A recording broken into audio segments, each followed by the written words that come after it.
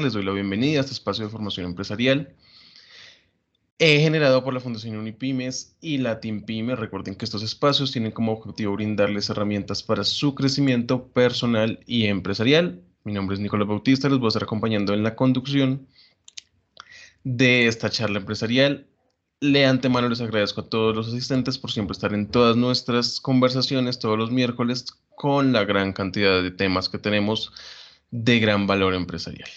Antes de pasar al tema de hoy que se llama proyectos, cómo plantearlos y delegarlos con éxito, les quiero dar las gracias a todos nuestros patrocinadores que hacen posible estas capacitaciones.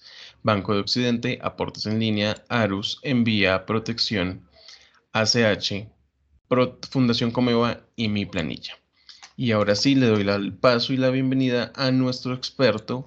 Él es Mauricio Benavides, es emprendedor, escritor, consultor empresarial, conferencista y capacitador empresarial. Entonces, voy a dar aquí los permisos para moderar.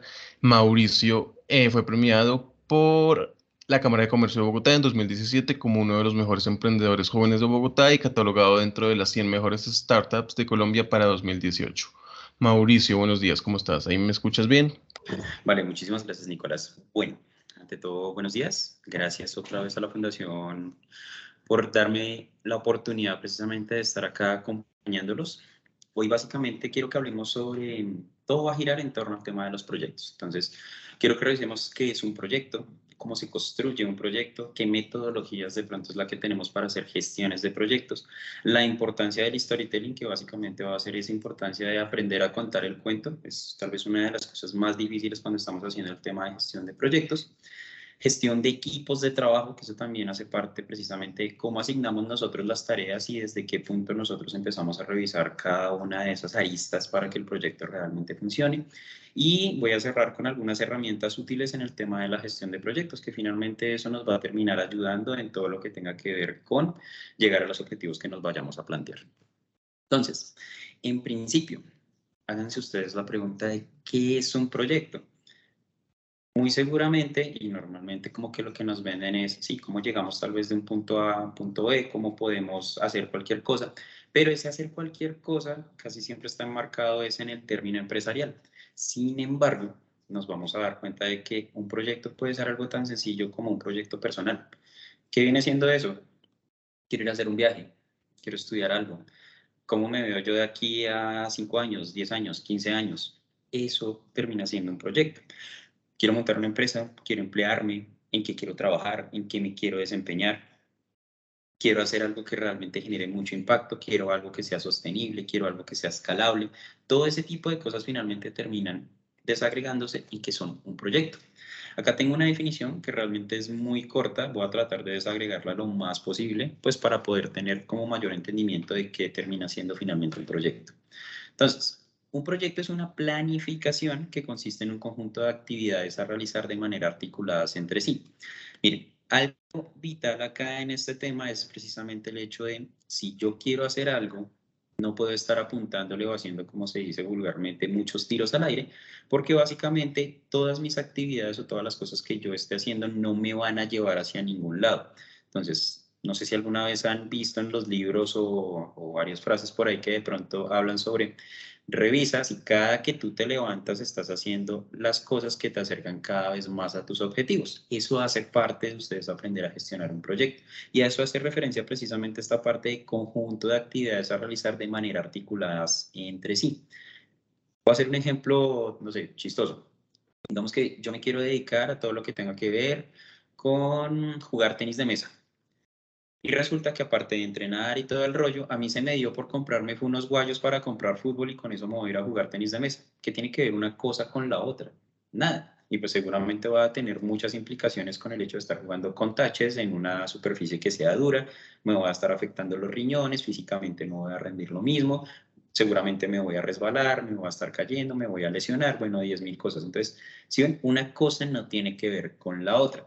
Ahora, con el fin de producir determinados bienes o servicios capaces de satisfacer necesidades o resolver problemas.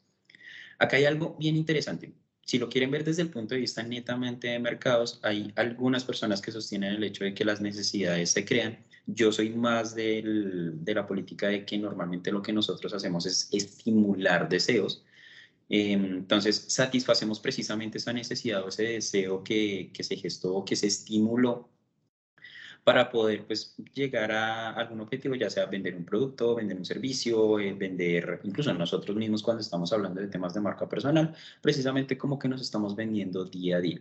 Y ese temita de resolver problemas también es cuestión de aprender a identificar qué es un problema, qué no termina siendo un problema, que de pronto si yo no hago nada con respecto a ese hipotético problema, pues finalmente como que no va a suceder nada, pues en teoría eso no vendría siendo un problema. Y todo dentro de los límites de un presupuesto y de un periodo de tiempo dados. Estas últimas dos variables son tal vez de las más importantes. ¿Cuál es el recurso no renovable más importante que todos tenemos en la vida? El tiempo. Y claramente el tema del dinero, no vamos a tener recursos ilimitados.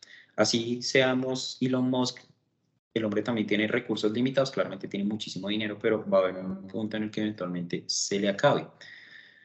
¿Qué pasa? Nosotros cuando estamos gestando precisamente los proyectos, tenemos que entrar a jugar con algo que se llama estrategia. Y la estrategia básicamente es cómo articulamos todo lo que nosotros tenemos, qué recursos es con los que nosotros disponemos en el momento y cómo podemos utilizar eso para llegar a nuestros objetivos, que eventualmente nos toque estar comprando algo, adquirir algo, bueno, todo ese tipo de cosas, habla precisamente de cuáles son nuestros límites presupuestales y también el tema del tiempo. Es importante que nosotros nos coloquemos siempre alguna fecha hacia el futuro. Es decir, vamos a hablar de un tema personal. Me quiero ir de viaje. Si yo al viaje cojo y le digo, me voy a ir algún día yo quiero ir a conocer las Bahamas, por decir cualquier cosa. Entonces, si yo cojo y digo, algún día puede ser cualquier día. Finalmente, ¿qué es lo que pasa? Si yo voy y coloco un límite en el que digo, en un año me voy a ir a las Bahamas, un año a partir de hoy, yo ya empiezo a saber cuánto es lo que llego a necesitar de dinero para tener que ahorrar a través de los meses para poder cumplir con mi objetivo del año. Si yo no coloco precisamente esos temas, de pronto hablando desde la parte un poco más romántica, pónganle fechas a sus sueños y con eso ustedes también pueden hacer procesos de control. Recuerden que todo ha de ser susceptible a procesos de medición. Lo que yo no puedo medir, no lo puedo controlar y lo que yo no puedo controlar, no lo puedo mejorar. Entonces, en la medida en la que yo sepa cómo voy con respecto a los procesos o a las proyecciones que yo tenía en mente, asimismo yo puedo empezar a tomar decisiones, ya sea para acelerar, ya sea para frenar, para mirar si de pronto abandono algo, bueno, todo ese tipo de cosas. ¿Qué tipos de proyectos existen? Si bien es cierto, dentro de la teoría pueden existir otros tantos, yo acá lo que procuré fue sintetizarlos lo más posible. Tenemos proyectos que netamente son productivos o privados, que van muy precisamente de la mano de lo que estábamos hablando ahorita. Vamos a estimular un deseo, vamos a crear una necesidad, vamos a satisfacer una necesidad, vamos a darle resolución a algún problema y lo vamos a hacer a través de un producto o a través de un servicio. ¿Qué pasa acá particularmente? Resulta que, si bien es cierto, hay temas públicos, que es el que vamos a ver ahorita, hay temas que son privados. ¿Cuáles vienen siendo finalmente los privados? Pues básicamente la mayor cantidad de las empresas que existen en el país y a nivel mundial lo hacen es con fines de lucro. Eso de precisamente cuando yo cojo y saco toda la partecita de generar, digamos que ideas nuevas o crear productos o servicios nuevos, habla de cómo yo gesto proyectos desde la parte productiva o privada. Sacar un celular, sacar un producto nuevo, sacar un automóvil nuevo, sacar una mueblería nueva, todo eso hace parte de gestar un proyecto privado. Pensemos, por ejemplo, bueno, algo que tienen en común todo este tipo de cosas y normalmente es que tienen un proceso de campañas de expectativas, que hay un equipo que está normalmente trabajando detrás de todo eso, que eso también es súper importante que lo tengan presente. Todos los proyectos normalmente tienen equipos de personas, en plural, trabajando detrás de todo el tema.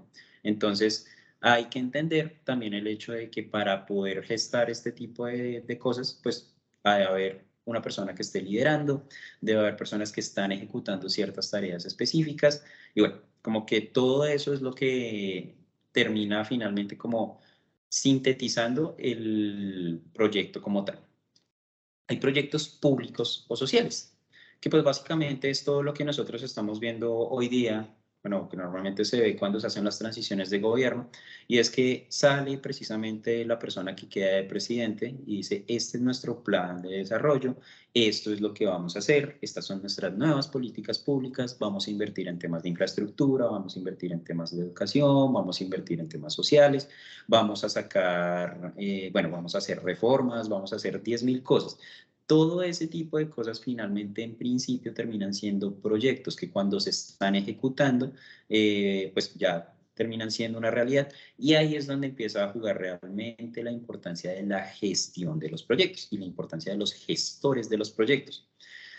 Miren, siempre nos han vendido la idea de que todo lo tenemos que planear y que entre mejor lo planeemos, mejor se va a ejecutar. Eso es parcialmente cierto. Sin embargo, nosotros no podemos controlar absolutamente todo y va a haber riesgos inherentes a todos los proyectos que nosotros tengamos. Los procesos de planeación están muy bien, están maravillosos, pero dentro de los procesos de ejecución, normalmente los perfiles de las personas de quien ejecuta en comparación a las personas que planean son muy diferentes. ¿Por qué? Pónganse ustedes a pensar precisamente en las personas que de pronto son muy buenas en todos esos procesos de levantarse la documentación, de hacer la planeación, de hacer las proyecciones, pero les cuesta muchísimo ejecutar. Y una de las razones principales es porque les da miedo ver que de pronto lo que ellos planearon en la práctica no funciona de la misma manera. Y les cuesta tomar decisiones precisamente para tomar medidas correctivas dentro del proceso. Entonces, eso también hace parte de que ustedes sepan quién aporta en qué punto del proyecto y que el proyecto como tal tiene puntos diferentes. Incluso cuando ustedes están haciendo el proceso de cierre, las personas que hicieron la planeación tampoco son las mismas buenas que están en la ejecución y esas de la ejecución no son las mismas buenas que pueden hacer los procesos de retroalimentación de qué fue lo que sucedió dentro del proyecto. Entonces, vean cómo esos matices también ayudan precisamente a que cuando yo vaya a generar un proyecto nuevo tenga toda la información que necesito real, verídica y pues muy oportuna. Y más allá de todo eso, con las personas idóneas. Eso tal vez es una de las falencias más grandes que nosotros tenemos, no solo acá a nivel Colombia, a nivel Latinoamérica, en temas de gestión de proyectos públicos y sociales. Además, porque le estamos apuntando tal vez a muchas cosas que nada tienen que ver con las necesidades reales que tiene, pues digamos que la sociedad. Hay proyectos comunitarios que si bien es cierto, vienen siendo como una ramificación de los proyectos públicos o sociales. Estos proyectos comunitarios es como cuando ustedes van, no sé, la Junta de Acción Comunal que quiere hacer un proyecto para las madres cabezas de familia del barrio.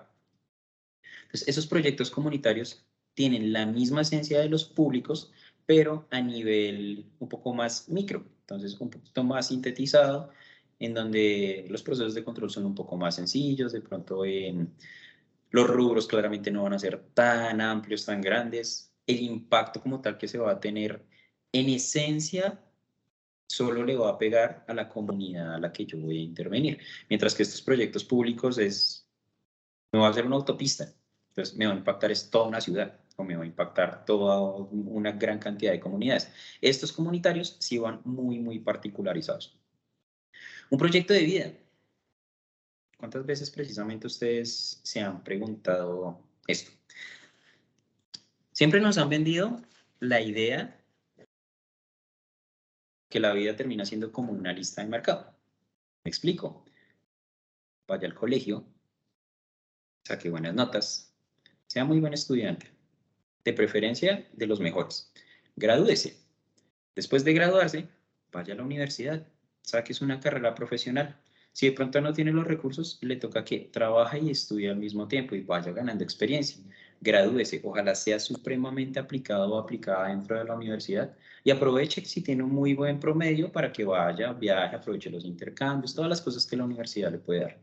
Gradúese. Si es con honores, muchísimo mejor. Sale y busque un trabajo. Empiece a trabajar. Hágase un posgrado o si quiere hágase otra segunda carrera.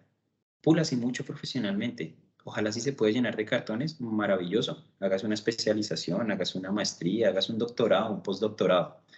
Y eso le va a servir precisamente para qué? pueda generar más ingresos dentro de su trabajo. Trabaje, siga trabajando, terminó de estudiar, y es chistoso porque como que estudiamos para trabajar y trabajamos para estudiar. Y llega un punto en el que precisamente ya como tienen los recursos, entonces ya se puede ir a comprar sus cositas, esos diminutivos que a veces le colocan. Va, se compra su casita, ya puede comprar su carrito, ya se puede ir a dar un viajecito, bla, bla, bla, bla, bla. Si eventualmente llegan a tener familia, ¿cuál es el mismo discurso que resulta vendiéndole uno de papá a sus hijos? Casi que el mismo. ¿En qué momento ustedes se han puesto a pensar, cuándo ustedes les han preguntado, en qué momento son felices? ¿Lo que ustedes hacen realmente los llena totalmente? Esa parte de hacer el proyecto de vida es salirse por completo de todo ese ruido que nos han metido y empezar a pensar como ustedes, en donde precisamente, auténticamente, qué los hace a ustedes felices, sin ver la parte, digamos que sí, puede sonar muy romántico y lo que quieran, pero ¿cuántas veces ustedes han preguntado eso? ¿Qué tanto realmente a ustedes les está pasando como tal la vida? De hecho, hay una cifra bien particular que habla como que el 73% de los colombianos son infelices en su trabajo. Están solo porque pagan deudas, porque el trabajo paga las deudas, porque también nos metieron en la cabeza que para conseguir las cosas hay que endeudarnos. Y miren cómo todo eso también va afectando precisamente los proyectos de vida y el discurso interno que nosotros tenemos. Entonces, eso también, nosotros somos el proyecto más importante que hay. Cuando nosotros estamos bien, es mucho más factible que el resto de las cosas funcionen bien. Y no al revés, que también en ocasiones lo que sucede es que queremos que el resto esté bien, pero nosotros rara vez trabajamos en nosotros mismos. Entonces, muy pendientes con esa parte de cuál es su proyecto de vida. Y proyectos de investigación. Hay personas que aman, adoran estar metidos en un laboratorio o que están encantados de estar metidos en toda la parte teórica y de los libros. Que gracias a esa gente que se dedicó a investigar fue que salieron, por ejemplo, las vacunas contra el COVID. Que gracias a esas personas es que se ha alargado el tema de la esperanza de vida a nivel mundial. Que gracias a esas personas es que nos damos cuenta, digamos que entre comillas, de todo lo que está sucediendo en temas del calentamiento global y de las incidencias que puede llegar a tener todo ese tema. Entonces, esos proyectos de investigación finalmente son todas las cosas que generan, crean conocimiento y desde, digamos que todo lo productivo, público, comunitario y de vida, tiene que ver con llevar a cabo todos esos proyectos de investigación a la parte práctica del mundo real, por personas más pragmáticas, y ahí es donde entra precisamente a jugar lo que les decía del ejemplo de hay personas muy buenas para montar los proyectos, que no necesariamente tienen que ser las mismas, que sean muy buenas para hacer el proceso de ejecución del proyecto y las métricas de los proyectos. ¿Cómo construimos un proyecto? Miren, esta espiral es muy particular, va más pensado precisamente de cómo nosotros podemos convertir las metodologías ágiles en diferentes etapas en nuestro proceso de construcción de los proyectos. Vamos a pensar que vamos a montar un nuevo proyecto para la empresa para la que trabajamos, o una nueva empresa o una nueva idea en nuestra empresa. Todo empieza precisamente por la identificación de una necesidad. Esto que está acá abajito, si ustedes se dan cuenta, todo está por colores. Hay un rojo, un amarillo, un azul y un verde. Cada una de ellas termina siendo una metodología ágil. Se las voy a explicar de una manera supremamente rápida y sencilla. Siempre identificamos una necesidad, ya sea que la vayamos a estimular, ya sea que nos dimos cuenta que nadie la está supliendo, bueno, diferente tipo de cosas. Vamos a observar e investigar el por qué nosotros nos dimos cuenta que esa necesidad pues realmente como que no la están atendiendo.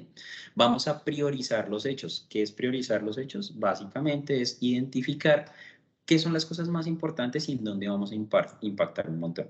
El brainstorming o una lluvia de ideas es cuando empezamos con nuestro equipo, empezamos a votar 10.000 soluciones, un montón de soluciones, y establecemos hipótesis, que básicamente va a ser de estas 100 ideas que nosotros generamos, 10 nos pueden servir y si aplicamos esta, entonces es posible que tengamos ciertos resultados. Y ahí es donde entra ese circulito punteado que dice experimentar. Ese experimento es cuando nosotros llegamos precisamente a nuestro primer MVP, nuestro primer mínimo viable, para poder hacer el proceso del Lean Startup, que es el amarillito. Ese Lean Startup, resumido muy rápidamente, es bótese de cabeza al mercado y que el mismo mercado le haga las correcciones.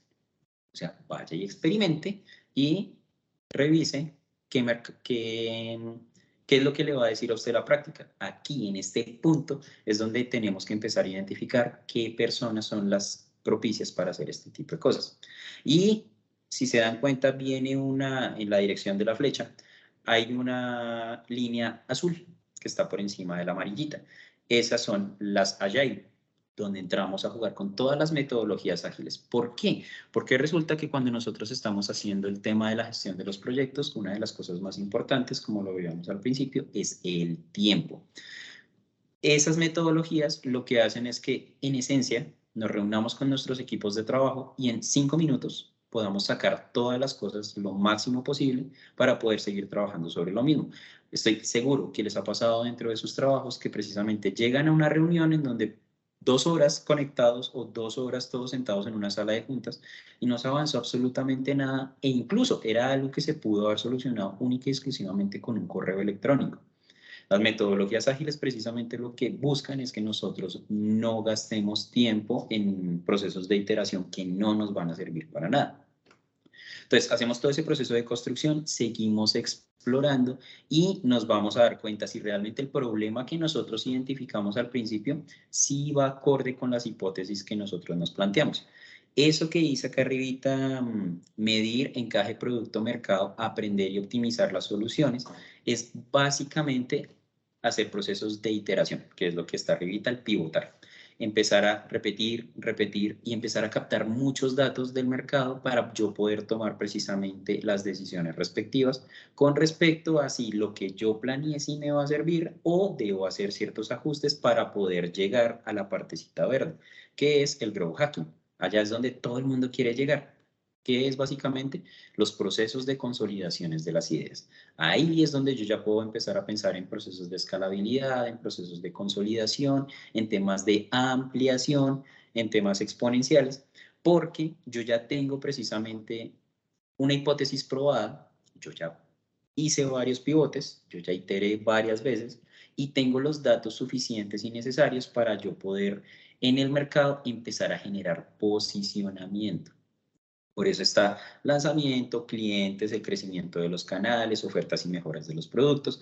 Casi siempre las personas quieren pasar de lo rojo a lo verde y saltarse toda la parte del medio que finalmente termina siendo lo más importante. Entonces, ojo, cuando nosotros hagamos esos temas de proyectos, lo más importante ni siquiera es la meta, sino el camino que nosotros vayamos a recorrer. ¿Qué metodologías de gestión de proyectos eventualmente nosotros podemos encontrar? Entonces, aquí les voy a hablar, qué pena que me devuelva, les voy a hablar de la partecita amarilla, de lo que es el Lean Startup y de las Agile. Hay un modelo de cascada. ¿En qué consiste? Entonces, acá dice, proceso lineal en el que el trabajo se realiza de manera escalonada y en orden secuencial.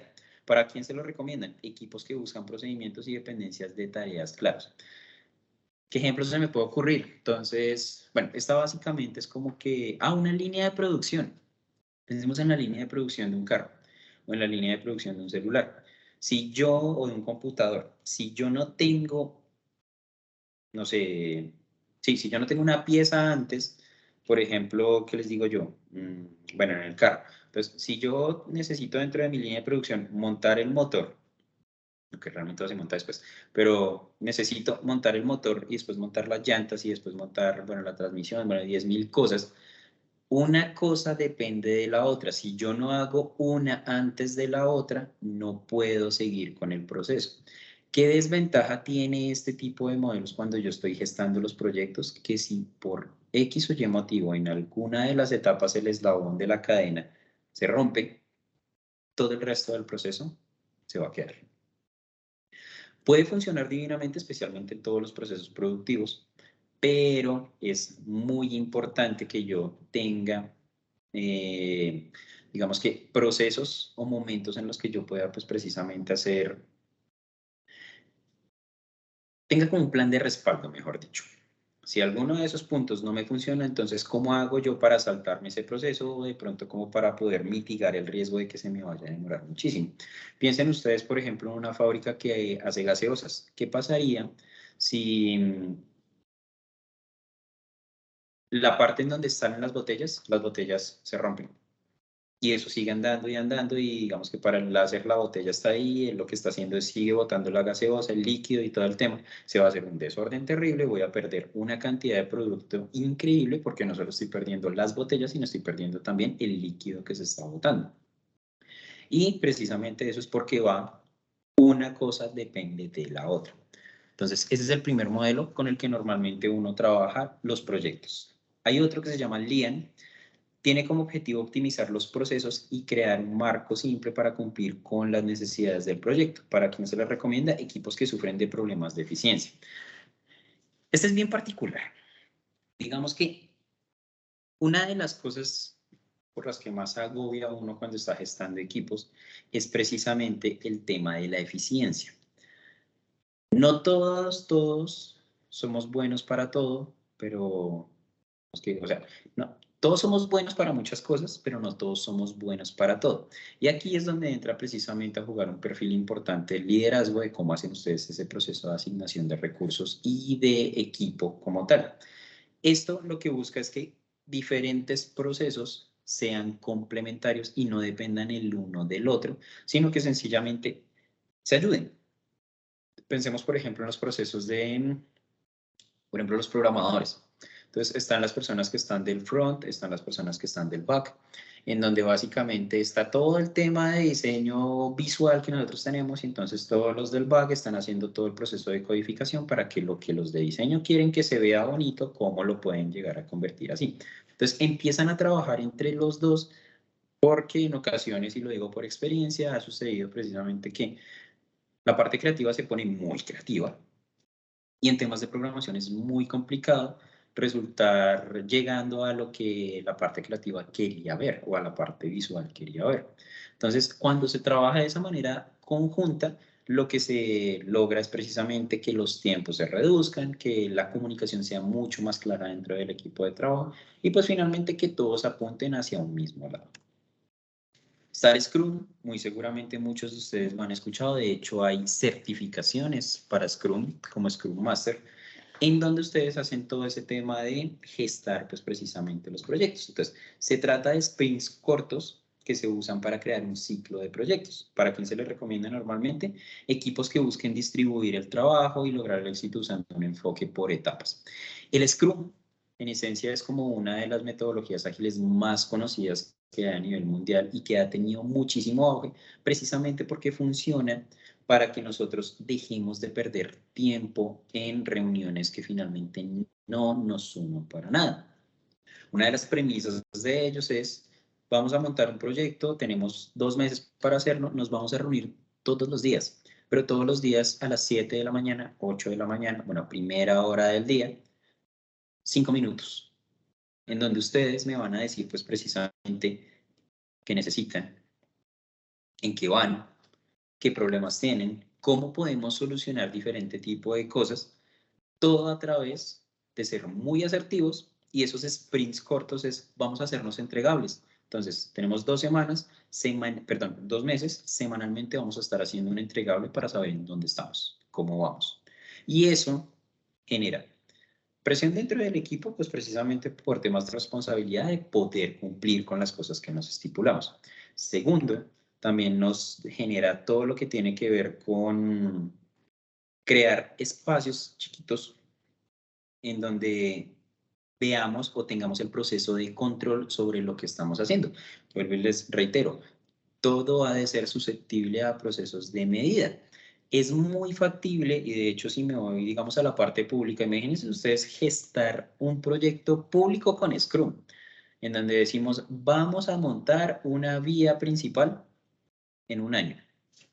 ¿Qué es lo que normalmente acá sucede? Que ese año termina siendo, no sé, 4, 5 años.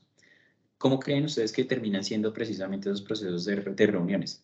Es más, ni siquiera vayamos lejos. ¿Desde cuándo están haciendo el tema de la planeación del metro?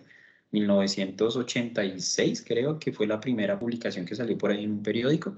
Y miren cuántos años después seguimos en lo mismo. Que incluso hasta ahorita están patinando sobre el hecho de que van a empezar a cobrarle las pólizas a la empresa china porque no cumplieron con los tiempos. Entonces, es muy curioso y todo eso parte es precisamente de la persona o las personas que están gestando los proyectos. No son claros con los tiempos, no son claros con la manera en la que se ejecutan las cosas y peor aún, no son claros con la transmisión de la información.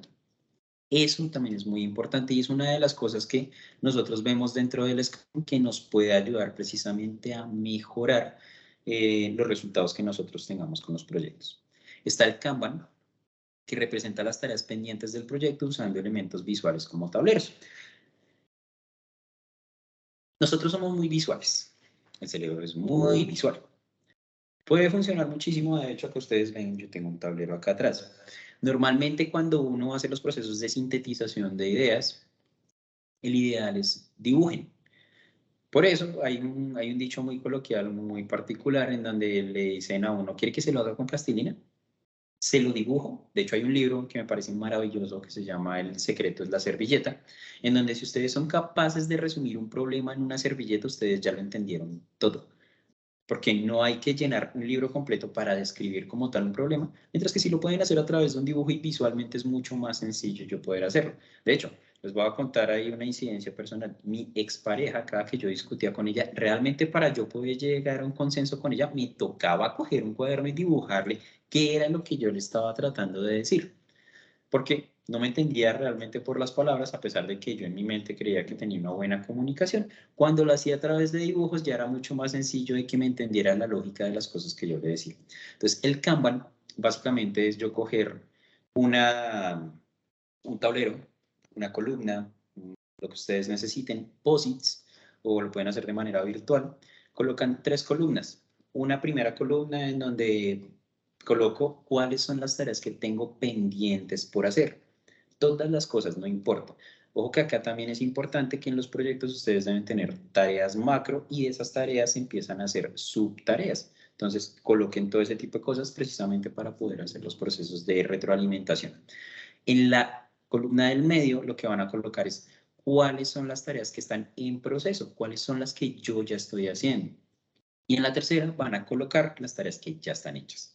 Visualmente va a ser mucho más sencillo precisamente de que ustedes entiendan qué pendientes tengo, qué cosas son las que yo ya estoy haciendo y a las que debo acelerar o a las que puedo empezar a hacer procesos de control. Y la cuarta, las cosas de las que definitivamente yo ya salí. Entonces, ese Kanban puede servir muchísimo. Normalmente se mezclan estas dos, Scrum con el Kanban, en donde visualmente yo precisamente voy identificando las tareas y en cada uno de esos sprint cortos empiezo a cambiar los posits del lugar para yo saber en qué parte del proyecto estoy. Y este, que es un libro grandísimo, que de hecho ustedes lo pueden encontrar por internet, ya estoy como en la edición 12, tal vez. El PMBOK se utiliza básicamente para hacer proyectos públicos, en donde les enseñan todo lo que tenga que ver con el proceso de planeación, en donde está el proceso de las campañas de expectativa, cómo voy yo realmente, aterrizo la problemática social en algo, cómo puedo yo hacer procesos de tomas de decisiones. Hacer un proyecto estatal es muy diferente a hacer un proyecto privado, entonces este tipo de herramientas, o en este libro particularmente, está enfocado a todo lo que tenga que ver con temas públicos.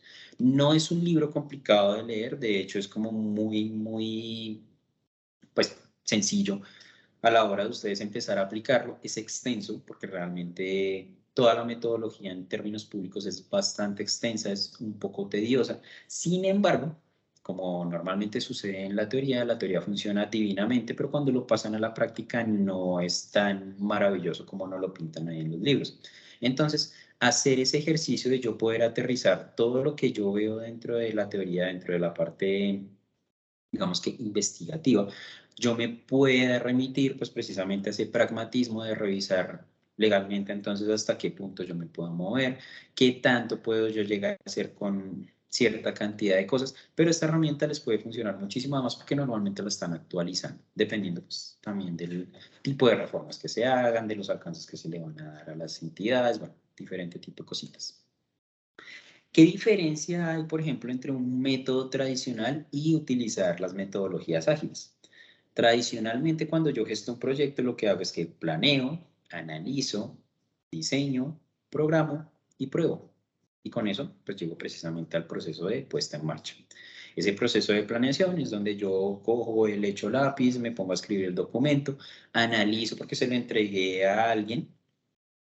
Pensemos, por ejemplo, en el tema de las reformas. Una reforma, ¿cómo empieza? Siendo un proyecto donde hicimos todo el proceso de planeación. Se lo pasamos a entidades que precisamente, bueno, llegó al Congreso en donde se supone que hay un pool de expertos que empiezan a hacer el análisis de los impactos de todo ese proceso de planeación y empiezan a revisar riesgos y 10.000 cosas. Después de que hacen el proceso eventual de decir, sí, esto nos puede funcionar, empezamos a diseñar cuáles son esas estrategias de puesta en marcha. Cuando yo diseño eso, empiezo también a encontrar otra serie de riesgos. Programo, coloco límites, hasta cuándo, qué tanto tiempo voy a tener, qué tanto dinero voy a tener, cuáles son los recursos, entendidos los recursos como intelectuales, humanos, bueno, bienes inmuebles, lo que necesite. Ese proceso de programación también va ahí dentro de hacer el proyecto. De hecho, cuando les hablen de programación, lo ideal es que ustedes se puedan hacer, por ejemplo, un diagrama de Gantt. El diagrama es básicamente, incluso lo pueden hacer en un Excel, colocan tareas macros, subtareas, en qué momento yo las voy a ejecutar dentro del proyecto y visualmente yo voy a través de una rayita que me va a gastar una semana o que esta tarea depende de esta. Todo ese tipo de cosas hablan de la programación. Y empiezo a hacer pruebas. Ya es, bueno, vamos a ver si realmente el tema que yo planeé me va a funcionar o no y pues empiezo con la puesta en marcha. Mientras que en las metodologías ágiles yo me hago todo el proceso de planeación del principio igualito que en la parte tradicional, hasta ahí no cambia nada y empiezo a revisar cuáles son las cosas más importantes y cuáles son las más urgentes. No se dejen meter el cuento de que todo es importante, de que todo es urgente. No, porque finalmente sí hay cosas que van a impactar muchísimo más sobre el desarrollo del proyecto. Y aquí es donde empiezan a jugar las metodologías ágiles, que es todo lo que acabamos de revisar. Entonces, visualmente hasta dónde vamos, qué tipo de problemas son los que tenemos, qué es lo que realmente necesitamos iterar, qué necesitamos aprender de lo que el mercado nos está diciendo. Y después de que nosotros ya tengamos bien toda esta partecita de la iteración, que pasamos ya por nuestro mínimo viable del proyecto y todo el tema, ahí sí nos vamos a hacer la puesta en marcha. Que esa puesta en marcha pues finalmente termina siendo el proceso de consolidación del proyecto, que si recuerdan en la grafiquita de los 3 colores es la parte verde. La metodología ágil es la parte amarilla, que es la parte que está en el medio, y esto pues, las flechitas que están a la izquierda, el planteamiento del problema y los requerimientos priorizados, termina siendo toda la partecita roja, que es el design thinking. Ahora, ¿por qué es importante aprender a contar el cuento? Piensen si alguna vez a ustedes les ha sucedido que llegan a una reunión, dicen que es una reunión supremamente importante, hablan muchísimas cosas y cuando ustedes van a salir de la reunión, lo primero que les preguntan es, ¿entendieron qué es lo que tenemos que hacer? Sí, sí señor, sí señora, sí entendimos qué toca hacer. Y le preguntan a su compañero, lo hacen así con el codo, oiga, ¿usted entendió qué hay que hacer? No, no sé. ¿Qué pasa? Solo por pena de preguntar, cuando estamos haciendo el proceso de ejecución del proyecto, terminamos embarrándola. ¿Y eso qué genera? Pérdida de tiempos. ¿Y el tiempo qué es? Un recurso. Y el recurso también en que se traduce en que vamos a perder dinero, en que podemos perder oportunidades, única y exclusivamente porque de pronto nosotros desde este lado no preguntamos a la persona que estaba hablando. Ahora, si ustedes son los que están comunicando, es muy, muy importante que precisamente hagan el proceso de entender muy bien qué es lo que están diciendo. Quiero que por favor, si bien es cierto, no los puedo escuchar, les voy a hacer una pregunta y piensen en este personaje. Es Batman. ¿Qué cosas puede representar esa imagen? Porque miren que también piénsenlo como el mensaje. Poder, seguridad. En ocasiones me han dicho miedo. Claramente ustedes, si este señor se lo cruzan en la calle, ustedes como que no lo van a codear, no lo van a golpear con el hombro. Y oiga, ¿qué le pasa? Aprenda a caminar. lo van a pensar 10.000 veces. Usted les atravesó a ese señor en el batimóvil y pues no le van a echar la madre ahí pitándole o 10.000 cosas, ¿cierto? ¿Qué es importante? Que nuestro mensaje se vea contundente. Metafóricamente hablando, que nuestro mensaje se vea así. ¿Cómo lo hacemos? Hay que aprendernos a creer el cuento, y una de las cosas más importantes es precisamente que nosotros entendamos de qué estamos hablando y sepamos qué es lo que nosotros queremos hacer. Seguridad. ¿Qué pasa si nosotros creemos que nuestro mensaje se ve de esta manera, pero realmente las personas nos ven así? Ya no es tan ya no es tan divertido, porque resulta que este señor, si bien es cierto, eventualmente se pudo haber disfrazado de Batman, nada tiene que ver con lo que nos transmite la otra imagen.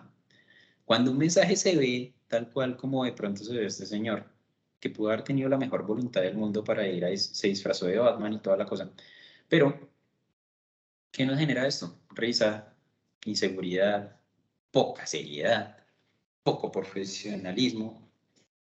Cuando nosotros damos mensajes de esta manera, lo más seguro es que nuestro equipo de trabajo no nos siga y tampoco nos hagan caso.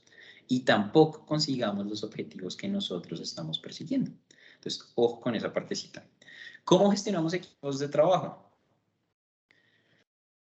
Digamos que hay muchos estilos de liderazgo. Acá traigo a colación los de Daniel Goleman. Se pueden leer esos libros. De hecho, es un autor muy bueno en temas de inteligencia emocional y en temas de todo lo que tiene que ver con liderazgo. Básicamente es que ustedes aprendan a identificar qué tipo de líderes son ustedes y también que aprendan a identificar qué tipo de liderazgo es el que van a aplicar dentro de su equipo de trabajo, porque no todos funcionamos de la misma manera. Hay un líder autoritario que básicamente es la persona que siempre les está diciendo haga, haga, haga, y se hace como él o ella quieran. Esos autoritarios, por ejemplo, yo no me siento identificado con un líder autoritario.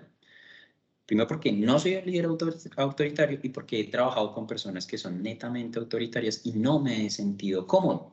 No soy de los que me gusta que me estén diciendo cómo he de hacer mi trabajo, y mucho menos si de pronto es una persona que no conoce qué es lo que yo hago. Sin embargo, hay personas, porque las conozco y porque eventualmente a uno le toca convertirse en un líder autoritario, que si ustedes no les dicen qué hay que hacer y cómo hay que hacerlo, no lo hacen. Incluso, hasta si lo miran desde un punto de vista generacional, hay muchos chicos actualmente que precisamente si ustedes no les dicen qué hacer y cómo hacerlo, no lo hacen.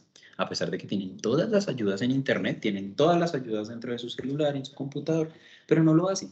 Entonces, ese líder autoritario normalmente lo que logra es que ese tipo de personas que de pronto no tienen que no son lo suficientemente como proactivos, los puede guiar pues para conseguir un objetivo. ¿Qué problema tienen este tipo de personas? Que son casi siempre los culpables de que el equipo se desmotive o que la gente se vaya de un trabajo. Hay líderes democráticos, que pues básicamente es el que se sienta con su equipo de trabajo, escucha qué es lo que le tiene para decir cada una de las personas y él o ella toma la última decisión. Normalmente tiende a escuchar todo lo que le puedan decir, diferentes puntos de vista, y trata de ser lo más justo posible y lo más, digamos que, equitativo posible. Cada que toma una decisión tiene muy presente de que no solo lo va a afectar a él o a ella, sino que va a afectar a su equipo por completo. O que acá hay algo importante. Cuando nosotros estamos en la posición de liderazgo de un equipo, si el equipo la embarra, si el equipo fracasa, el fracaso es de todos. Pero quien va y pone la cara es uno de líder. Si el equipo funciona de maravilla y a todos nos fue bien, al equipo le fue bien, y el líder, si bien es cierto, puede ir a poner la cara y decir, sí, mi equipo funcionó muy bien, por favor, reconozcan los méritos de cada uno de los integrantes de su equipo. No sean de esos líderes o de esos jefes que se roban el crédito de algo que no hicieron ellos, sino que hizo alguien dentro de su equipo y lo quieren hacer ver como si lo hubiesen hecho ustedes. No hagan ese tipo de cosas, es una muy mala práctica y desmotiva muchísimo al equipo. Hay líderes afiliativos, en donde básicamente, digamos que lo más importante para estas personas es, digamos, para estos líderes son las personas y las relaciones que hay entre las personas. Entonces, son ese tipo de líderes que llegan y les preguntan, ¿cómo estás? ¿Cómo está tu familia? ¿Cómo te ha ido? ¿Cómo te sientes? ¿Qué necesitas? ¿Qué te gustaría que hiciéramos? Son personas muy, muy cercanas. Sin embargo, este tipo de personas tienden a tener un problema y es que cuando han de tomar una decisión sobre el equipo, les cuesta mucho dividir su parte personal de su parte profesional. Hay un jimonel que dice lo que hay que hacer, pone un rumbo y guía al grupo. Entonces, ese es como, digamos, el capitán del barco. Vamos para allá, quiero que vayamos para allá, que cumplamos con ciertos objetivos y bueno, como que empecemos a hacer varias cosas. El problema es que esta persona es de los que se carga de todo el trabajo del equipo. ¿Hay que hacer esto? Sí, hagámosle. ¿Hay que hacer tal cosa? Sí, hagámoslo también. Pero le cuesta mucho potencializar a su equipo, capacitarlos, motivarlos, bueno, que a diferencia, por ejemplo, del que está al ladito, el coaching, ese sí viene siendo la persona que busca desarrollar todo el potencial de su equipo de trabajo. Entonces, aquí encontramos a esas personas que son muy buenos identificando para qué son buenas las personas dentro de ese equipo y le es mucho más fácil hacer los procesos de delegación. A estas personas ustedes les aprenden mucho y no solo les aprenden por su forma de ser, sino porque también les ayuda a potencializar en qué son buenos ustedes. Y hay un visionario, que es ese loco o esa loquita que cree que todo se puede hacer. Y normalmente, y voy a tomar, digamos, una frase de Steve Jobs, que las personas son las personas locas las que creen que pueden cambiar el mundo, las que finalmente lo logran. Entonces, esos visionarios son esas personas que no siguen reglas, son esas personas que no tienen mucho miedo a fracasar, que son supremamente resilientes y que si por cosas de la vida terminaron metiendo la pata por un sueño en el que estaban metidos, no importa, siguen soñando, entienden de que el hecho de que una cosa no funcione no quiere decir de que el resto no lo vaya a hacer tampoco. Y pues finalmente, creo que esto es lo que más nos puede ayudar, herramientas precisamente en el tema de la gestión de proyectos. Yo sé que esto es un tema bastante extenso, que divinamente se puede hacer un diplomado completo en todo lo que tiene que ver con temas de proyectos. Sin embargo, traté de resumir como lo máximo posible todo. Estas herramientas que son digitales funcionan para que nosotros empecemos a revisar qué nos puede servir y cómo podemos visualmente entender digamos que los proyectos. Trello es una maravilla, Trello es gratis, ustedes lo pueden tener dentro de su celular, lo pueden abrir dentro de su computador, abren una cuenta, ya sea por Gmail, ya sea por Outlook, bueno, por la cuenta que ustedes tengan, y es para que ustedes hagan Kanban, colocan sus columnas y en cada una de las casillitas van a colocar la creación de las tareas. Y cada una de esas tareas, cuando ustedes las abren, le pueden colocar subtareas para revisar el porcentaje de avance de esa tarea grande. Y más allá de eso, le pueden colocar o asignar responsables, que eso también es supremamente importante, que las personas sepan qué es lo que les toca hacer. Project les puede servir muchísimo, especialmente para lo que tiene que ver con la creación de lo que tiene que ver con qué, con todo lo que es la parte de crear digamos que esas líneas de tiempo para saber en qué momentos ustedes van a hacer el tema de cada una de las actividades, qué dependencia tiene cada una de las actividades. Incluso dentro del Project también pueden colocarle responsables a cada una de las actividades y subactividades. Project hace parte del paquete de Microsoft, de Office 365, ¿sí? Entonces, como para que cojan y vayan y lo revisen, porque seguramente lo deben tener ahí instalado. Miro, básicamente tiene que ver con, digamos que visualmente, para que creen muchos tableros en donde puedan hacer algo parecido a Trello y puedan trabajar de manera conjunta. Entonces es bien interesante porque ahí ustedes van a ver los mouse de su equipo de trabajo con los nombres desde diferentes dispositivos, donde pueden trabajar todos de manera, digamos que compaginada. Es muy parecido al Jamboard que tiene Google, ahí en la G Suite. Y pues Miro les ayuda a muchos porque tienen muchas plantillas que ya están hechas y lo único que tienen que hacer es como cambiar cositas, tienen los posits, cambian los colores, es bien interesante y es muy interactivo. Slack es un aplicativo que ustedes lo pueden descargar a su celular, en donde básicamente pueden definir cuáles van a ser los equipos de trabajo, que cada equipo de trabajo como que tenga su independencia, pero sin embargo esté conectado con el resto de las dependencias. Si necesitan subir archivos, si necesitan tener como cosas específicas dentro de cada uno de sus equipos, si necesitan solo enviarle un correo a la gente de mercados, a la gente de finanzas, a la gente de operaciones, a la gente de directiva, bueno, lo que necesiten lo pueden hacer ahí por Slack. No, de todas las que están acá, es la menos intuitiva. Sin embargo, es muy poderosa cuando ustedes la aprenden a manejar. Les puede ayudar un montón a ahorrarse tiempos, a ahorrarse reuniones, a tener toda la información centralizada, a poder tener acceso a toda la información de manera rápida. Y pues, bueno, esta sí es una herramienta freemium. Ahí tiene como ciertas limitantes. Está G Suite, en donde digamos que todas las herramientas de Google les pueden ayudar a que pues trabajen ya sea por un Drive, ya sea por crear un documento en donde todos pueden estar metiendo la mano. Está el Jamboard, que es muy parecido al Miro. Pueden tener las opciones de Classroom, pueden tener los formularios que necesiten para hacer la recolección de las informaciones.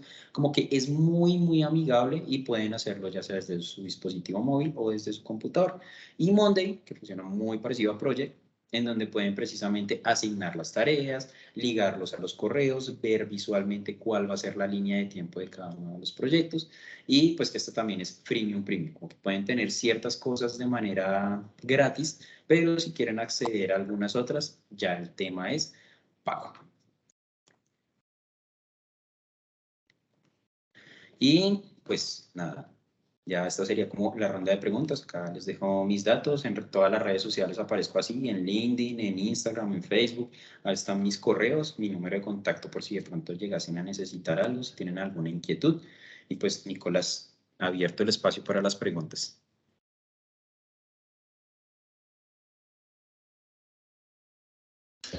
Claro que sí, Mauricio. Vamos a revisar aquí qué preguntas tenemos de nuestros asistentes.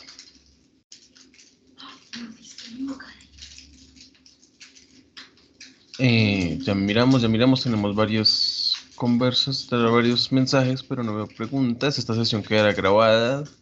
Sí queda grabada y se va a subir a sus respectivas aulas virtuales. Y no tienes certificado esto porque es apenas solo una charla. Los únicos que tienen certificados son los diplomados y los programas cortos que tenemos por las noches. Y bueno, Mauricio, no veo ninguna pregunta. No sé si quieres añadir algo más para cerrar, para concluir. Ok, bueno, no, pues básicamente primero agradecerles obviamente por el espacio. Sé, y vuelvo y les reitero, el tema de proyectos es muy, muy largo, por algo hay especializaciones, hay incluso maestrías en temas de proyectos. Acá la invitación básicamente es de todo lo que tiene que ver con, mira, por acá hay alguna recomendación para el control en la delegación, ya te contesto, Laura. Digamos que básicamente todo lo que tenga que ver con proyectos, no se queden solo en el proceso de la planeación. Vuelvo y les digo, eso es muy bueno que ustedes hagan todo el proceso de planeación y entre más rápido lo hagan, pues mejor, entre mejor y juiciosamente lo hagan, pues maravilloso. Sin embargo, ese proceso de la ejecución es muy importante que ustedes sepan a quién se lo van a dar. Listo, entonces espérate un momentico, voy a contestar acá la de Laura que me estaba preguntando, ¿alguna recomendación para el control en la delegación? Listo, entonces, la primera es que tú conozcas muy bien a tu equipo, que sepas precisamente a quién le vas a asignar cierto rol y más allá de eso, que esa persona que te está aceptando la carga sepa o por lo menos confíe en su capacidad precisamente de poder ejecutar y cumplir con esa responsabilidad. Y la mejor forma de que tú precisamente lo puedas hacer es básicamente pues generándole la confianza a la persona, que si la embarró, no importa, tranquilo, pues revisemos a ver qué fue lo que sucedió y pues precisamente que se sienta apoyado o apoyada. Es más una cuestión como de monitoreo y de entender tú con quién, con qué tipo de personas estás trabajando. A ver, por acá vi otra. Tips para dividir tareas y subtareas. Bueno, acá me pasó algo bien curioso y es que esto yo se lo aprendí a una persona que fue cliente mía. Montamos un proyecto y ella lo que me hizo fue, ven, sentémonos y revisemos en un Excel qué es lo que tú tienes. Yo tenía que hacer ciertos entregables y para mí los entregables eran cada una de las tareas. Sin embargo, entendí que cada una de ellas, para yo llegar a ese entregable, tenía que hacer algo antes. Ejemplo. Supongamos que yo quiero entregar que te digo yo, necesito entregar un nuevo producto.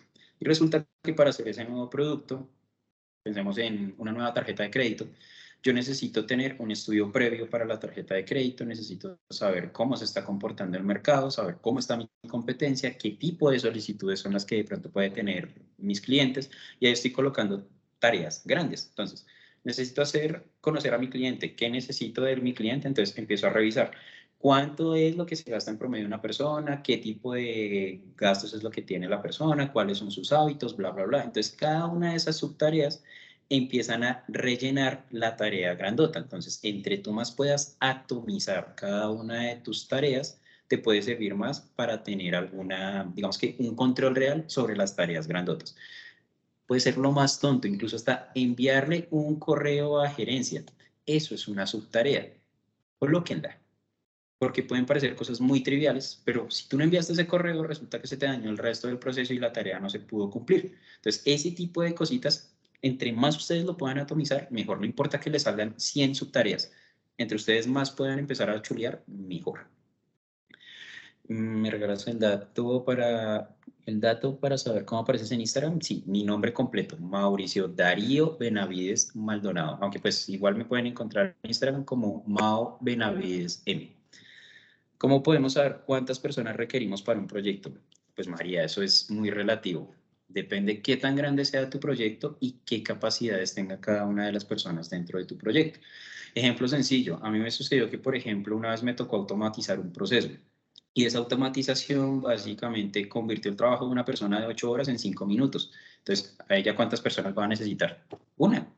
Y pude liberar espacios. Entonces, ese tema de qué tanto necesitas tú es saber qué pueden hacer las personas, qué tanto pueden hacer las personas. Obviamente no vas a reventar a tu equipo de trabajo, colocar los tiempos y revisar, pues obviamente todo lo que tenga que ver con recursos. No siempre manejar un grupo grande es la respuesta para conseguir más rápido algo.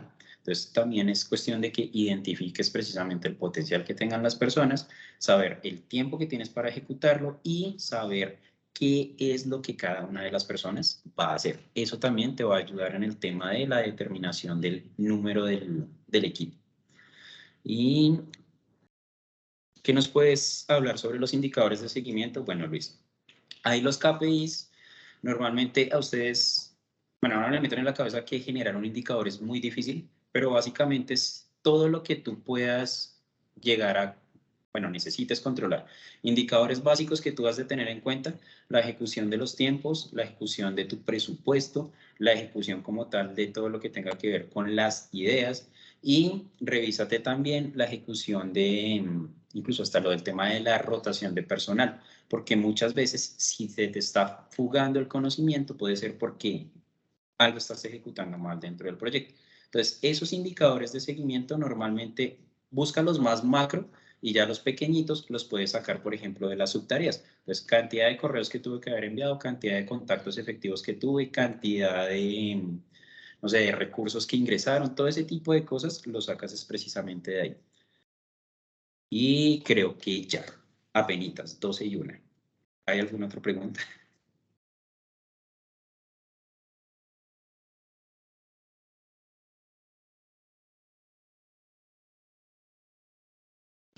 Listo, Mauricio, muchas gracias.